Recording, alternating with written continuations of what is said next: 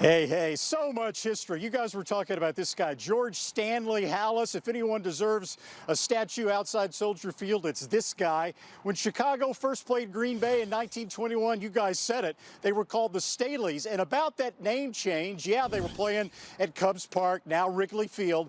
Hallis said, well, football players are bigger and meaner than baseball players. We're playing at Cubs Park. What's bigger and meaner than a Cub? Of course, a bear.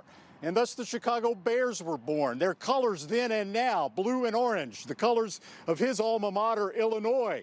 And how about this? When Chicago first played Green Bay, they were in the APFA, the American Professional Football Association.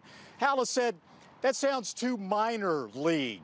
National League, Cubs, America's pastime. We'll call ourselves the National Football League. So Papa Bear, in a sense, literally was the NFL. And now, a century later, he's still larger than life. Guys? Randy Moss, excellent work by you, profiling the gravity of what's about to take place. The fact that the rivalry is over 100 years old, or 100 years old right now, and the fact that we are celebrating so much here in Chicago. All eyes of the football world are on Grant Park and Soldier Field and the good host that is Chicago, guys. But we got to get to this is like got a great belly going. How does it feel to have that big old belly? Can we just like front porch? Guys, this There you go. Okay, I've been there. It's What do you mean, You been were there? abroad in Australia, Peter. That was, Hey, what does it mean, been there? It's still there. All right, it's Thursday. It's the last hour of the show. Really quick, anybody want to talk to Matt Forte? He's joining the show in a 22? bit. But for now, the Throwdown Thursday. Or Okay. Throwdown Thursday. Okay. Thursday.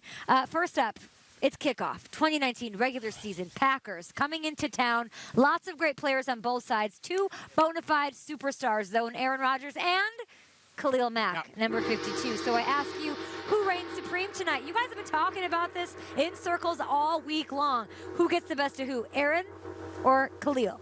Strange enough, I'm going to go with Aaron because I think the Packers are ready for Khalil. I think they've prepared for Khalil. Not only is Bakhtiari one of the best tackles in the game, if LaFleur is worth his spurs as the Packers head coach, he's going to roll Rodgers away, the double, triple team. Watch for Leonard Floyd on the Bears tonight, number 94, on the other side to actually play a really big role. Him, Roquan, because you can't let Khalil Mack just come in and wreck the whole game for you. I think Leonard Floyd may be the secret weapon tonight for the Bears. You know, we talked about this a little bit earlier in the show. People think if you hit Aaron Rodgers, you're going to hit this offense and stop this offense. That's not the case. As much as I can appreciate Leonard Floyd and Khalil Mack, I can look back at a game last year where Aaron Rodgers was hit 12 times by the Jets, sacked 4 times. In that game, he threw for 474 yards. So for that reason, I'm going with Aaron Rodgers. And by extension, I'm going to say Devontae Adams. We forget about one of the best unsung heroes, not just on this team, but in the game. Over the last 3 years, 35 TDs. Those numbers, mind-blowing.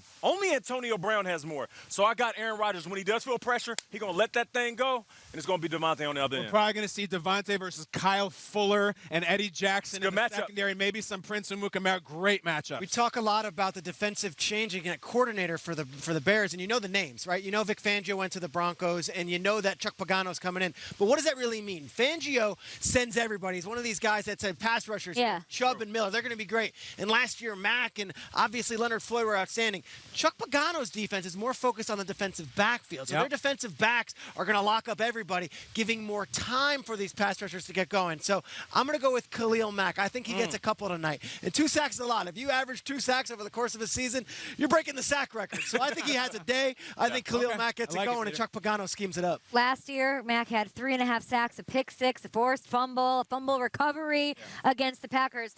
Knowing what you know about Aaron Rodgers, though, how is he taking and approaching this game from the perspective of the fact that they're not favored? They're not. There's not as big of an expectation for them on the road tonight. This is a guy who was drafted 25th in the draft and has gone on to make over $100 million and still holds a grudge against the 24 teams that passed on him. Aaron Rodgers has been watching all offseason. A lot of criticism. Trust me, it's internalized. He's going to come out ready to play.